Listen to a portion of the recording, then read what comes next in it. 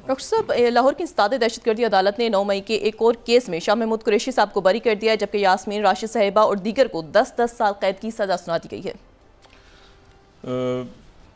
काफ़ी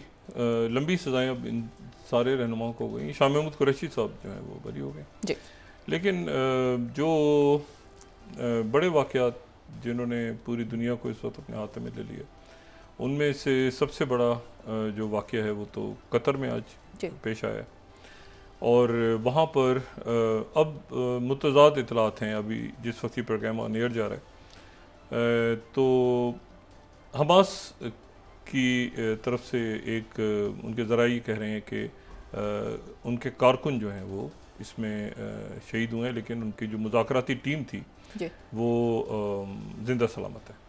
लेकिन इसराइल की तरफ से, लेकिन कतर की तरफ से इस सिलसिले में या ऑफिशियल कोई स्टेटमेंट किसी शख्सियत का इस प्रोग्राम के ऑन एयर होने तक नहीं गया। अच्छा, अब हमास की जो क़यादत है उसके बारे में आपको ये बताऊं कि हमास जो है ये 1987 में जो है ये कायम हुई थी। इसको शेख अहमद यासीन इसको उन्होंने कायम किया था और उस वक्त जो है वो पहली इंतफादा के बाद जो सूरत हाल बनी और वहाँ पे बड़ी, तो 87 में उन्होंने कायम की और पहली जो शूरा थी उसके वो चेयरमैन थे, सरबराह थे। अच्छा, शेख अहमद यासीन जो है वो पैराप्लेजिक थे, ठीक है ना, और वो व्हील चेयर पे उन्होंने अपनी ज़िंदगी गुजारी। उन्हें नज़र भी बहुत कम आता था और उनका ताल्लुक़ जो है वो अख़वान मुस्लिमून या मुस्लिम ब्रदरहुड से था। अच्छा, ये तमाम शख्सियात जो हैं ये या जो बाकी जितने भी हम लोग कहते हैं कि ये इन सब की पैदाइश गज़ा में हुई, ठीक है ना, जैसे याहिया सिनवर की बात में हम कहते हैं कि गज़ा में हुई, या जो आज जो हमास की जो पोलिट ब्यूरो के लोग गज़ा में गए, तो ये ध्यान में रखें कि गज़ा जो है वो मिस्र का हिस्सा था। तो मिस्र और गज़ा, चूँकि मिस्र में अख़वान जो है वो बड़ी ताकत में थे, तो इसलिए वो फिर गज़ा तक जो है वो उनकी तहरीक जो है ये फैल गई। अच्छा, शेख अहमद यासीन जो है उनको 2004 में उनको शहीद किया था। तो जब वो शहीद हो गए तो उसके बाद 26 दिन के लिए अब्दुल अजीज़ रंदेज़ी जो हैं उन्होंने पोलिट ब्यूरो की सरबराही संभाली थी और 26 दिन के बाद उनको भी निशाना बना दिया, तो वो भी शहीद हो गए। उसके बाद खालिद मिशाल जो हैं उन्होंने सरबराही संभाली। खालिद मिशाल जो है वो शेख अहमद यासीन के बहुत करीब थे और खालिद मिशाल जो हैं वो एक तवील अरसे तक, मेरी जब खालिद मिशाल जब हमारे प्रोग्राम में मेरी साथ उनकी नशिस्त हुई तो उस वक्त वो दमास्कस के नज़दीक मौजूद थे और ये मैं बात 2004 या 5 की कर रहा हूँ, 2004 की कर रहा हूँ। इलेक्शन अभी नहीं हुए थे, इलेक्शन से पहले की बात है। इलेक्शन तो 2006 में हुए हैं ना। तो ये जो है ये उस वक्त दमास्कस के पास थे और ये पोलिट ब्यूरो को ये मेरी तस्वीर उनके साथ, खालिद मिशाल के साथ, ये उस ज़माने की तस्वीर भी मौजूद है और ये प्रोग्राम में शरीक हुए थे। तो ये पोलिट ब्यूरो के सरबराह थे। खालिद मिशाल जो हैं अब्दुल अजीज़ रंदेसी के साथ के बाद, उसके बाद ये हुआ कि जब ये वो खालिद मिशाल हैं जिनके बारे में हम पहले तज़किरा कर चुके हैं कि इनको मुसाद ने जो है वो कत्ल करने की कोशिश की थी जॉर्डन में, और जॉर्डन में मुसाद के लोग इनके पास से कुछ गुजरे थे, ये आगे गए तो इनके कान में जो है वो ड्रॉप्स गिरा दिए थे पॉइज़न के और उसके बाद ये आईसीयू में एडमिट हो गए थे और इतनी शदीद इनकी तबीयत ख़राब हो गई थी। वाक़या इन्होंने बयान भी किया था मेरे साथ गुफ्तगू में कि उसके बाद फिर ये हुआ कि इनको शाह हुसैन मरहूम जो हैं उन्होंने उस वक्त बिल क्लिंटन से बात की और बिल क्लिंटन से उन्होंने कहा कि अगर इसका एंटीडोट फौरी तौर पे, जो कि इसराइल नेतन्याहू ही था, तो उन्होंने कहा नेतन्याहू ये मोसाद को मैसेज भेज रहे हैं कि यहाँ पे अगर फौरी तौर पे उसका एंटीडोट नहीं मिला और खालिद मिशाल को कुछ हो गया हॉस्पिटल के अंदर, तो ये बात जहन में रखें कि उसके बाद फिर सारे मुआहदे ख़त्म होंगे और फिर जॉर्डन जो है वो इसराइल में लैंड करेगा। जॉर्डन की फ़ौजें जो हैं इसराइल में आ जाएंगी। ये इतना सख्त मैसेज था प्रेसिडेंट बिल क्लिंटन को कि उन्होंने फौरी तौर पे अमेरिकन एडमिनिस्ट्रेशन ने बिल क्लिंटन दौर में उन्होंने इजरायली एडमिनिस्ट्रेशन से रब्ता किया, एंटीडोट यहाँ पे पहुँचा और खालिद मिशाल को, यानी प्रॉपर आपको लगेगा कि उस कोई स्पाई थ्रिलर है ये, लेकिन ऐसे ही हुआ कि इनकी फिर उसके बाद ये खालिद मिशाल जो हैं ये इनकी ये वापस लौटे। अच्छा, आज जो एक जो और एक पोलिट ब्यूरो की इतला आ रही है, एक रुकन की, शूरा के एक और रुकन की, अबू मूसा मरजूक, वो इनके डिप्टी थे, इनके नायब थे। तो जब वहाँ पर भी ये इनके साथ मौजूद थे, बल्कि एयरपोर्ट से रिसीव किया था उन्होंने, डमास्कस एयरपोर्ट से। अच्छा, तो ये बहरहाल मैं आपको सिर्फ ये बताऊँ कि ये इस तरह से फिर हुआ कि खालिद मिशाल के साथ ही अबू मूसा मरजूक जो हैं ये, अच्छा अबू मूसा मरजूक भी एक वक्त में इनसे सीनियर पोस्ट पे रहे, फिर इनके डिप्टी भी साथ रहे। तो अबू मूसा मरजूक फिर उसके बाद खालिद मिशाल की जगह संभाल ली इस्माइल हानिया ने। वो इस्माइल हानिया जो पिछले साल जिनको तेहरान में निशाना बनाया गया था जब वो ईरान के नए सदर मसूद पज़ेश्कियान की जो तकारीब थी उनकी हलफ बर्दारी की, उसमें शिरकत के लिए वो तेहरान में थे। तो तेहरान में थे तो वहाँ इस्माइल हानिया को निशाना बनाया गया था। तो इस्माइल हानिया के बाद इस्माइल हानिया जो है वो फिर खालिद मिशाल की जगह पोलिट ब्यूरो के सरबराह बन गए थे। लेकिन जब इस्माइल हानिया की शहादत हो गई तो उसके बाद ये था कि इस्माइल हानिया की जगह अब कौन संभालेगा, क्योंकि इसी दौरान जो जाहिर है कि याहिया सिनवर तो गज़ा में देख रहे थे ना हमास की पूरी सारे सिलसिले का। तो उसके बाद ये हुआ कि एक उन्होंने 5 रुकनी एक कायम मकाम शूरा बना दी और उसमें हर शख्स जो है वो उस पोलिट ब्यूरो का मेंबर था। उस पोलिट ब्यूरो में जो है खलील हया भी थे, उसमें खालिद मिशाल भी थे, उसमें जो है वो ये जो बाकी नाम हमारे सामने जितने भी आ रहे हैं आज, ये इसमें अबू मूसा मरजूक भी थे। तो ये सारी जो शख्सियात हैं ये उस का हिस्सा थे जो कि आज जिनको निशाना बनाया गया। अच्छा, इसमें एक बात जो बड़ी अहम है वो ये है कि जो खलील हया का मैं बताऊं, ये जो खलील हैं, ये डॉक्टर खलील हया, ये डॉक्टर खलील हया जो हैं ये इन्होंने PhD जॉर्डन से की हुई थी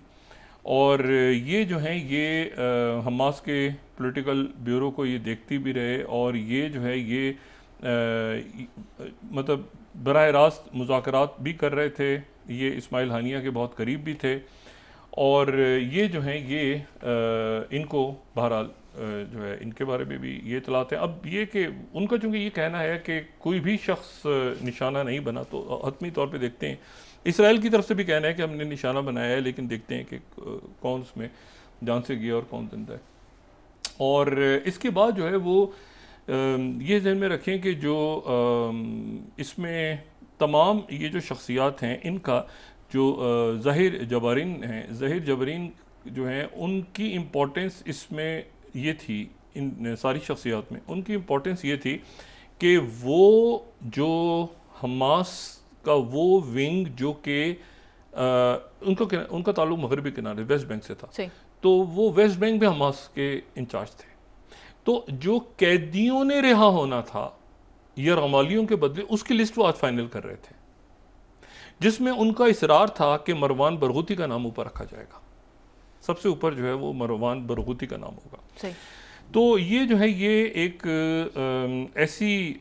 सूरत हाल थी कि जिसमें इसराइल का कहना ये था कि मरवान बरगूती और बाकी। तो अब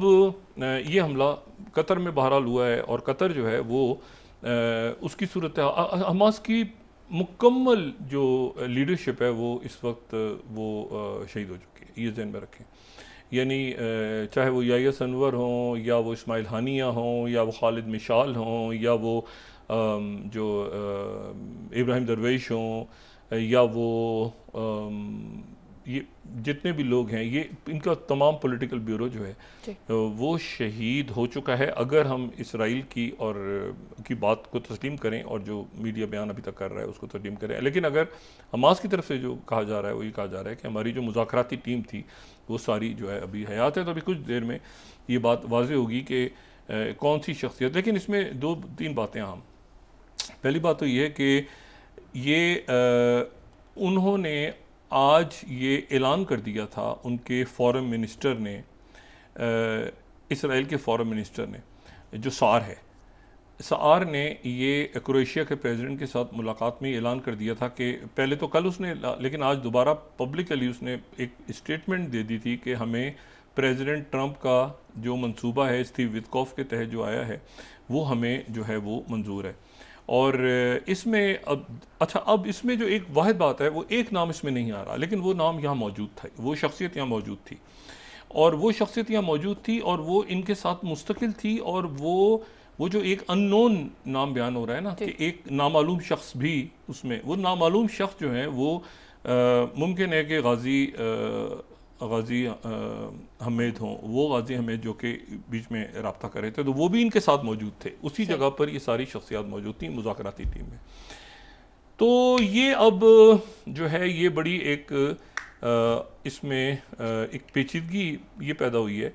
क्योंकि ये मुज़ाकरात अमेरिका हमास के साथ कर रहा था, ये फ़लस्तीनी अथॉरिटी के साथ नहीं कर रहा था। फ़लस्तीनी अथॉरिटी के जो सदर हैं महमूद अब्बास, वो लंदन में हैं और उनकी आज केयर स्टीमर से मुलाकात हुई है। और वो ये जो सऊदी अरेबिया और फ्रांस की तरफ से दो रियासती हल या ऐलान के लिए जो कॉन्फ्रेंस हो रही है 22 तारीख को, उसके लिए महमूद अब्बास को और उनके साथियों को वीज़ा नहीं दिया गया, उनको ब्लॉक कर दिया गया।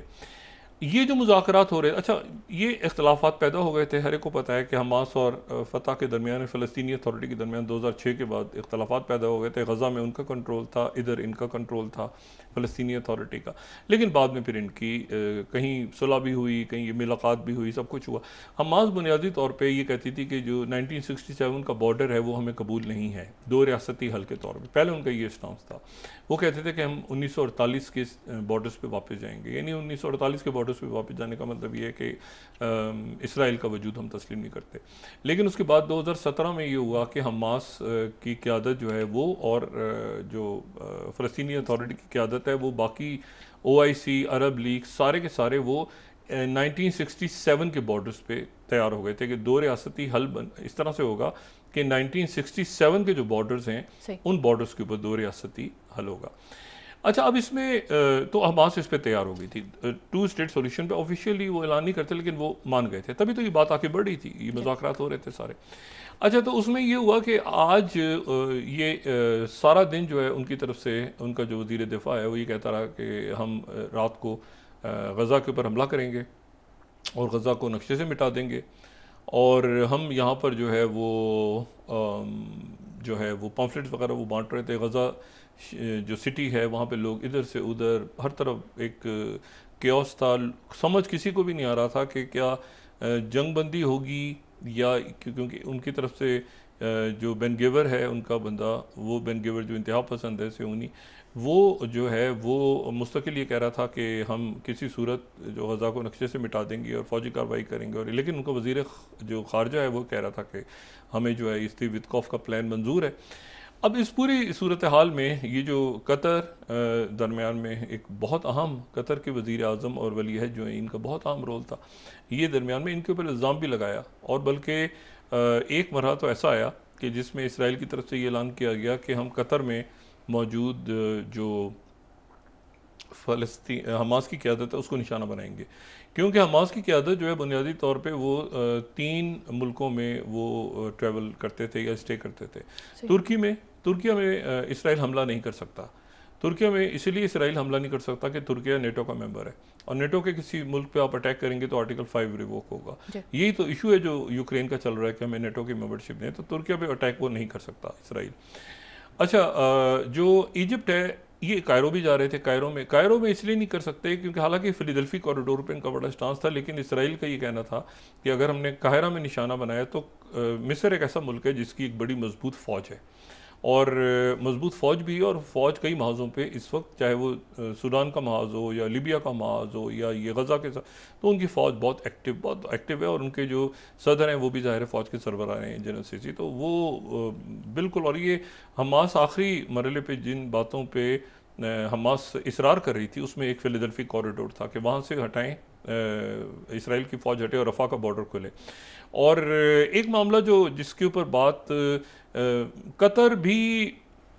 ये सारे जितने मुल्क हैं ना, ये इसको समझने की कोशिश कर रहे थे। यानी अभी तक शाम तक इस वाक़े से पहले तक ये मामला था कि वो ये कह रहे थे कि ये अगर वहाँ से 48 लोगों को छोड़ देते हैं एक ही गो में, जैसे कि प्रेसिडेंट ट्रंप कह रहे हैं कि इसराइल ने मान ली है और हमास भी माने, तो ये कह रहे थे कि अगर ये यहाँ से वो सारे के सारे 20 जिंदा और बाकी जो लोग जितने भी जिंदा हैं और जितनों की बाकियात हैं उनको ये सब छोड़ देते हैं हमास के लोग, तो ये बताएं कि वहाँ से सैकड़ों जो कैदियों ने रिहा होना है, जिसमें 250 नाम वो थे जो कि तवील सज़ाएं भुगत रहे थे वहाँ पे, तो उनको किस तरह रिहा किया जाएगा? क्या वो सैकड़ों भी उसी एक ही साथ रिहा हो जाएंगे? क्योंकि यहाँ से सब एक साथ रिहा होंगे, तो क्या वो सैकड़ों भी एक साथ रिहा हो जाएंगे? नंबर 1, इसके ऊपर शाम ये पिछले 24 घंटों में बहस चल रही थी। दूसरी बहस इस बात पे चल रही थी कि ये गारंटी कौन देगा कि इसराइल दोबारा गजा पे हमला नहीं करेगा? तो इसके लिए हमें सिक्योरिटी काउंसिल, जनरल असेंबली नहीं,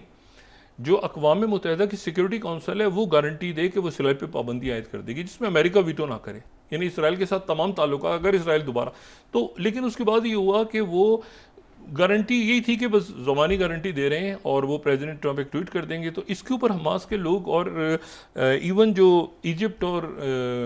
जो अरब ममालिक हैं, कतर के लोग, ये भी बहुत ज़्यादा इसके ऊपर जो है वो खुश नहीं थे इस वाली शिक के ऊपर कि फिर अगर हमला हो गया तो क्या होगा, क्योंकि हम तो मीडिएटर्स हैं, बीच में हमारे ऊपर आएगी बात कि इसराइल ने फिर हमला कर दिया। तो एक तो ये मामला ये चल रहा था, लेकिन उन्होंने फिर हमास ने ये कहा कि अच्छा इसको सीज़ फायर तो करवाओ ना, अभी सीज़ फायर तो जंग बंदी तो करवाओ, क्योंकि ऐसा ना हो कि रात को फिर वो तमाम गज़ा को जो है फिर बमबारी कर दें। और पिछले चंद दिनों में उन्होंने वहाँ पे फिर बमबारी की है और उसके नतीजे में मज़ीद शहादतें हुई हैं।